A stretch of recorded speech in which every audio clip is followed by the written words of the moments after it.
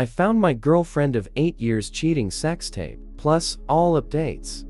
Almost 3 weeks ago, a good friend of mine, Alex, and an acquaintance, Mike, got hold of a video of my girlfriend, Jaime, fucking another man. Mike found this browsing through porn sites with niche themes and by chance recognized Jaime. Got into contact with Alex about it, where both of them told me about the infidelity. When Alex and Mike told me of the infidelity, I went somewhere between shock and numb. I couldn't really say anything until I saw the video, where I proceeded to puke my guts out. I couldn't even sit through a minute of it. The fact that it was edited to go straight into the action with Jaime's face clearly visible didn't help. We drove Mike home, and Alex had good sense to force me to spend the night at his place, rather than go home, where I share an apartment with Jaime, with no idea how that would end. We shared some beers, mostly in silence. Alex did try to make me open up on what I felt about Jaime's infidelity, but I was just numb. I didn't know what I felt and told him so. I felt like wading through water with no thought in mind other than what was in front of me. Alex didn't force anymore,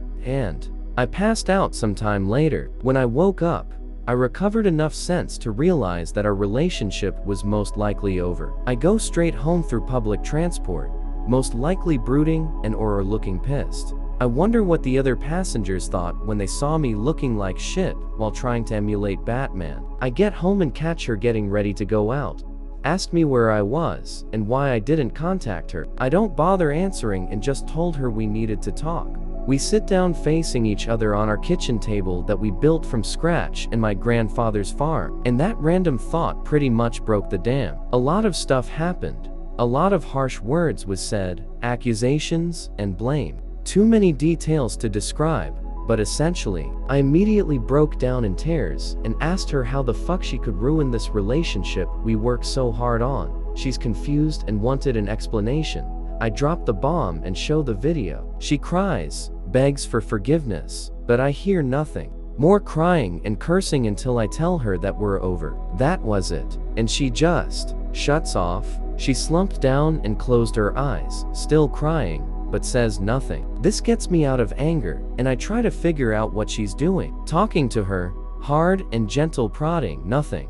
Absolutely unresponsive. So I just drag her to our bed and lay her there. I go back to our kitchen and call her parents, Alice and Julio. I simply told them they needed to come and that their daughter is suffering a mental breakdown. I say nothing more than just telling them that they needed to see us and that what was happening needed to be face to face to explain. I shut my phone off, go back to kitchen, and think about what the hell just happened. Her parents rushed to our apartment demanding WTF happened. I don't tell them about Jaime's infidelity, but just say she needed mental help. She's on the bed acting comatose, but otherwise okay. They couldn't bring her out of it, and eventually I had to explain. I didn't want to do it without Jaime being able to explain herself. I showed them the video, and they're heartbroken, told them we had an argument. I didn't hurt her, but she probably couldn't handle the stress and broke down. They decide to bring Jaime to her university's mental health clinic. I decide not to go with them. The next day, Jaime eventually wakes up. She's stable and responsive. There, she says that the video was not consented. Her family decide to report this to cybercrime police. Jaime's family don't grill her with her mental state being the way it is, but her parents are obviously ashamed and aren't sure what to do other than what the psychologist recommends, which is to let Jaime rest for a while and support her until they're sure she doesn't implode, then was sent home to her parents. This was all relayed to me by her older sister, Jackie, who's trying to be the mediator. She asked me if I really was going to end the relationship. I respond that I'm not sure if we can even salvage it. 2 days later, Jaime's parents asked me to visit them for a talk. I agree and go the next day. Jaime's parents and her older sister are present. We go to their living room and sit down. They look sad and tired, and I felt the same. Jaime will be the last topic of our talk. First is me. They wanted my parents to be involved. I feel disrespected as we're already adults. Plus me and my father are tense. But I relent as I'm already tired and a bit out of my depth. Marriage was in discussion in the past, after all. Finally, we talk about Jaime. She's stuck in her room, miserable and ashamed, otherwise okay. She'll stay with her parents for now, When she's needed by the police, she can stay with Jackie in a hotel. They understand that I needed space. They've submitted a report to our cities. They live 1-2 hours away in the suburbs cybercrime office.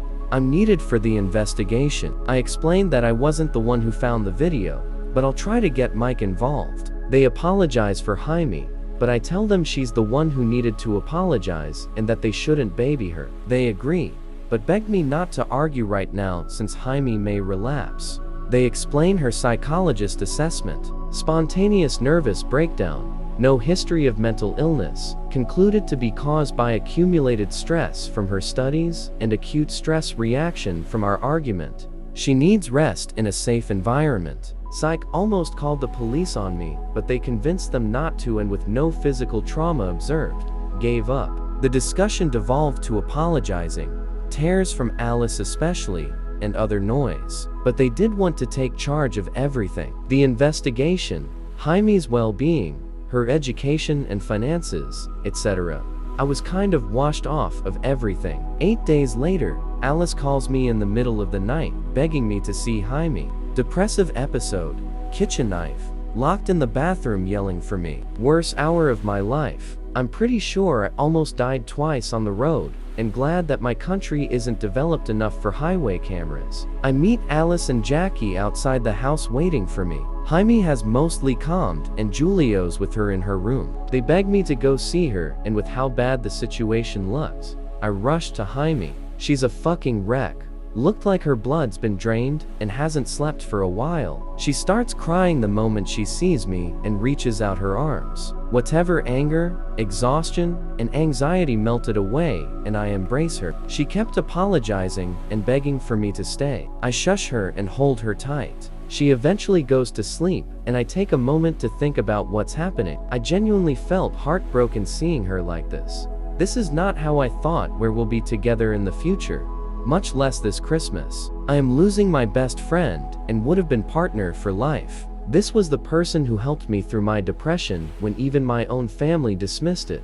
She's even the one who made me make journals to help process what I go through. It's actually ironic how she's the reason how good I can write down details on her affair and how bad it affected me. She's not evil. She's a beautiful, patient, and overall wonderful human being. Thinking of all the stuff we've been through, what we've done for each other, if I were to list all of it, would probably reach twice the word count for my post. I love her and was prepared to be with her for life and face everything that comes with it. And she destroyed that. I wake up before her and go to the kitchen for coffee. Jackie is there and explains that she's had episodes twice before, and this was the worst yet. All of us, except Jaime, talk on what to do. Alice is in chemo for breast cancer.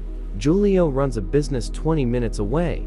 Jackie's workplace is already hounding her, and Jaime needs help. The situation is fucked, and everyone is exhausted. Jaime needs therapy. I implied mental institution, and that almost got my head torn off. But no one can look after her 24/7s. They asked me to reschedule the inevitable and try to help her. There were definitely some emotional manipulation, but they are desperate. Due to my obvious lingering attachment and my own respect and love for these people, I agree. This is where I fucked up. I go home, talk to Mike about the investigation. He agrees to talk to the police. I call Alex and explain all the BS happening. He warns me that this didn't sound like the right call. A mental institution was probably the best, and I'm just going to get hurt. Regardless, he'll still stand by my decision and to call when I need him. I love this guy. I've already scheduled a consultation for therapy, and Jaime will have a different one scheduled 3 days from now in my city. I just want to take a really long nap and get away from all this. Update. So, it's been over 2 weeks since my last post, where I got proceeded to get my ass handed to me. I'm not complaining. You guys were right. I do need to leave and start living my own life. A lot has actually happened since then, but thankfully most of it's boring, sad, and disappointing. Got myself a behavioral therapist, which something I should have done a long time ago. I have different problems unrelated to this that Jaime did help me through most, but a professional really does make a difference. Gave me a lot of hard questions, important questions, that forced me to put my life into perspective. It was liberating experience. Finally talked with my own family about this. For context, I'm not very close with my actual parents, particularly with my father. Broken home and all that. I consider my aunts, my father's for sisters, who stepped up to take care of me as a child, to be my real parents. So if I mention family, I really mean just my for moms. Turns out, they were more involved than I thought. Jaime talks to them. She loved talking with them about me and our relationship. They got closer for it too. She asked so many questions about me, what I liked, food, hobbies, what my childhood was like. She'd ask advice from them about so many things. What to do when I get PC, how to get my ass moving, all that cute stuff. Around a year ago, when they noticed that I started acting positively when they played around with the topic of marriage, Jaime and my family started to get ready. 3 of them have families with at least 3 children each, so to help ease the accommodation, they saved money to pay for themselves, and anything extra goes to the wedding, but to us and whatever. After, they even talked about engagement rings. Calling them disappointed is an understatement. With the bullshit happening now, they opted to give me half of what they saved for the marriage to help me out, and also offered to take me back again, which truly is a massive help. My biggest problem this whole time was a source of income. I didn't have a job lined up out of my city, still don't, and my savings are meager. With all that settled, I gave my employer my resignation letter, canceled my lease, and have by the end of the month to sort my affairs. I'm leaving for good. As for Jaime, I've gradually stepped out of whatever's been happening with her and around her. Talked with her family, or more like told them that I'm leaving. Gave them info about psychiatric hold, and made them handle her appointments with her psychologist and whatever else she needs. It was a sad affair, really. I know it doesn't seem like it, especially with Alice and Julio making me stay and take care of Jaime, but this is a first time for all of us. They raised 4 great kids. Their relationships are great, and even extended that to me even when they barely knew me. Jaime fucked up the worst, and this isn't something anyone can expect anyone else to handle with ease and grace. I mourned my loss of a potential family that I could have been proud to be with. For the boss who filmed her, I still haven't confronted her about it, but Mike and Jackie shared what she told the police and how the investigation's going. It was a Korean national she says she met on social media for a fling. She said they only fucked once, but that was immediately shot down. The video showed 2 different, distinct rooms and got pressured to admit where it was in case they can get anything like CCTV, social media posts, logbooks, witnesses, etc. And that they did. 1 hotel still had recordings that day. 2 hotels with logbooks containing names and dates, and their DMs. She didn't mention rape, blackmail, or drugs in play. Only mild intoxication, which was all obvious in the video. Apparently, everything but the recording was consented. There were some possible routes to take in terms of damages, but when a lawyer got contacted, it was pretty much dead on the water. Poss being a Korean national currently in Korea muddied the legal waters. They can do nothing else other than contact relevant Korean authorities, gather as much evidence, and wait. But the lawyer wasn't confident anything might stick. As far as they know, they have no evidence that it was even Poss who set up the cameras. Beyond that, Poss stayed the night before, and the cameras are obviously long since gone. There are far too many angles Poss can play to delay or even win any lawsuit that reaches him. It will be most likely expensive, drawn out, and with very little chance of winning. So they gave up that route. Poss is getting off scotch-free. Why'd Jaime do it? I don't know. Before, I didn't have the guts to ask her. Now, it doesn't really matter. I'm not as exhausted as before, and my mind's been clearer. I'm leaving for good, regardless of why she did it. I can just walk straight out with no explanation. Or maybe leave a letter for her, thanking her for the wonderful time we spent together, the love we shared, and a final goodbye. I'm romantic like that. Still, I've decided to handle this with as much grace as I can. I'll help when worse comes to worst. Don't lay blame on myself or her family, and not even mount pressure on Jaime for ruining everything. Not for Jaime, but for my own twisted sense of self-gratification that I did all what can be expected and more. I will leave with my back straight and nose held high. Funnily enough, This did eventually show me how lucky I am despite everything. Yes, the love of my life cheated on me, and had the audacity to throw a tantrum over it. My future's looking a little bleak.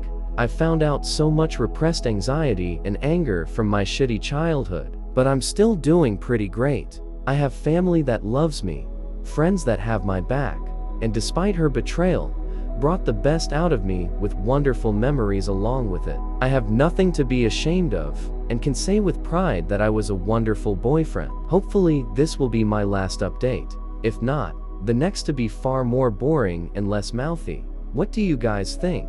Let's discuss in the comments. Follow and like for more stories.